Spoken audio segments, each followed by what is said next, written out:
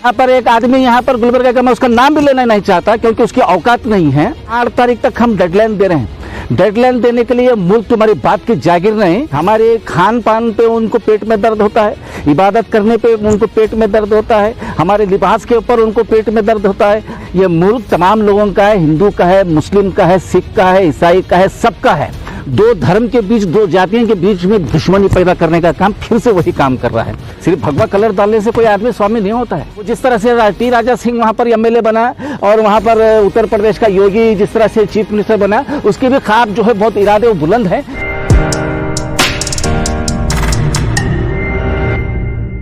देश जो है, मुल्क, हमारा मुल्क, संविधान, कॉन्स्टिट्यूशन ऑफ इंडिया जो बाबा साहब अम्बेडकर ने संविधान को लिखा है, वो संविधान के मुताबिक ये देश चलेगा। और वो संविधान में फंडामेंटल राइट आर्टिकल 25 में तमाम जितने भी मज़हब हैं इस मुल्क में, तमाम लोगों को अपने अपने मज़हब के मुताबिक इबादत करने का इख्तियार है।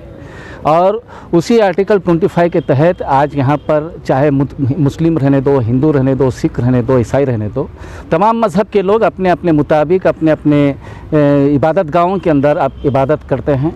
और यहाँ पर कुछ दिनों से कुछ ऐसा माहौल बना रहे हैं पूरे मुल्क भर में, ना सिर्फ कर्नाटका में बल्कि पूरे मुल्क भर में, स्पीकर को लेकर, अज़ां को लेकर, हलाल और झटका कट को लेकर, मुख्तलिफ चीज़ों को सिर्फ एक पर्टिकुलर कम्युनिटी को टारगेट करने के लिए ये पूरे लोग काम कर रहे हैं। पता नहीं यहाँ पर मुस्लिम हिंदुस्तान के अंदर सिर्फ 15% है और यहाँ पर कभी वो लोगों ने हिंदू के लिए, हिंदुओं के नौजवानों के बेहबूदी के लिए, उनके रोज़गार के लिए अभी तक कोई बयान नहीं आया।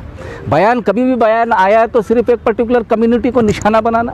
हमारे खान पान पे उनको पेट में दर्द होता है, इबादत करने पे उनको पेट में दर्द होता है, हमारे लिबास के ऊपर उनको पेट में दर्द होता है, हमारी दाढ़ी पे उनको पेट में दर्द होता है। क्यों दर्द हो रहा है? यहाँ पर दर्द इस बात का है कि वो लोग इसमें इसके नाम पे सियासत कर रहे हैं, उसको छोड़कर उनका दूसरा काम नहीं है। यहाँ पर एक आदमी यहाँ पर गुलबर्गा का, मैं उसका नाम भी लेना नहीं चाहता क्योंकि उसकी औकात नहीं है। वो कहता है कि 8 तारीख तक हम डेडलाइन दे रहे हैं। डेडलाइन देने के लिए मुल्क तुम्हारी बात की जागीर नहीं, ये मुल्क तमाम लोगों का है, हिंदू का है, मुस्लिम का है, सिख का है, ईसाई का है, सबका है। तुम कोई किसी को बोल नहीं सकते। और ये पहली बार ये बयान नहीं दिया है, कई सालों से ये आदमी लगातार बयान दे रहा है।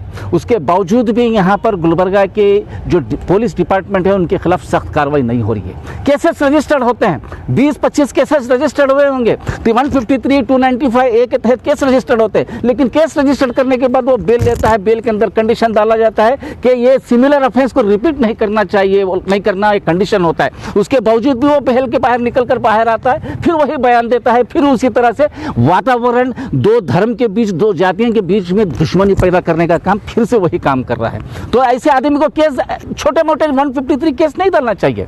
जिस तरह से महाराष्ट्र गवर्नमेंट ने वो राणा कपल्स को वो केस रजिस्टर्ड करे सेडिशन के अंदर 124B के तहत, उनको वो केस के अंदर रजिस्टर्ड करके उसको जेल को भेजना होगा। सिर्फ भगवा कलर डालने से कोई आदमी स्वामी नहीं होता है।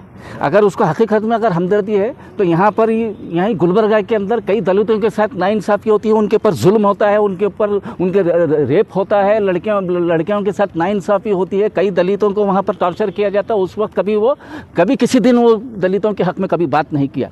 कभी भी हिंदू जो बेरोज़गार नौजवान, हिंदू नौजवान हैं, उनके हक़ में कभी बात नहीं किया। गवर्नमेंट के खिलाफ कोई आवाज़ नहीं उठाई उनको रोज़गार देने की। कभी यहाँ पर डेवलपमेंट के बारे में, यहाँ पर कोई चीज़ के बारे में वो कभी आवाज़ नहीं उठाता है। सिर्फ आवाज़ अगर उठाता है तो एक पर्टिकुलर कम्युनिटी के खिलाफ, और वो सियासत करना चाहता है। वो जिस तरह से टी राजा सिंह वहाँ पर एमएलए बना और वहाँ पर उत्तर प्रदेश का योगी जिस तरह से चीफ मिनिस्टर बना, उसके भी ख्वाब जो है बहुत इरादे और बुलंद हैं, जो पूरे जज्बे के साथ मुसलमानों के खिलाफ बेतुके बयान देता है, हल्के बयान देता है, वैसे लोगों को बीजेपी टिकट देती है। शायद इसीलिए वो लोग ये काम कर रहे हैं। मैं यहाँ पर यह कहना चाहता हूँ कि यहाँ पर गुलबर्गा के अंदर पीसफुल माहौल है। यहाँ पर गंगा जमुना की तहजीब है, यहाँ कायम है। एक तरफ शरण बसवेश्वर है, दूसरी तरफ हज़रत ख्वाजा बंदे नवाज़ है और बुद्ध विहार यहाँ पर है। यहाँ तमाम लोग मिलकर रहते हैं इस गुलबर्गा शहर में। और यहाँ पर कभी किसी बात लॉ एंड ऑर्डर का कभी प्रॉब्लम नहीं हुआ, और ये आदमी की वजह से लॉ एंड ऑर्डर का प्रॉब्लम हो सकता है। और उसके ताल्लुक से यहाँ पर दलित सेना के जानिब से उनको कंप्लेंट दिया गया है, एसपी के पास कंप्लेंट दी है, डीसी के पास कंप्लेंट दी है, आरसी के पास कंप्लेंट दिए हैं। और हम उनको एडवांस में कह रहे हैं इसके ऊपर सख्त से सख्त कार्रवाई होना चाहिए। फिर एक बार मैं यही कहूँगा कि उसको 153A और 295A केस डालकर उसको सिर्फ रजिस्टर्ड करना बेकार है, उसको सेडिशन केस में डालना होगा।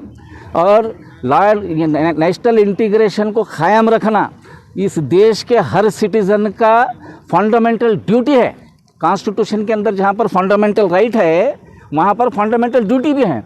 नेशनल इंटीग्रेशन को बरकरार रखने के लिए सिर्फ मेरी या ये 4 लोगों की नहीं है, इस देश के हर सिटीज़न की, हर नागरिक की जिम्मेदारी है कि यहाँ पर इंटीग्रेशन यूनिटी मेंटेन रहे और उसके अंदर कोई अगर बांटना अगर चाहता है तो उसके खिलाफ कार्रवाई होना।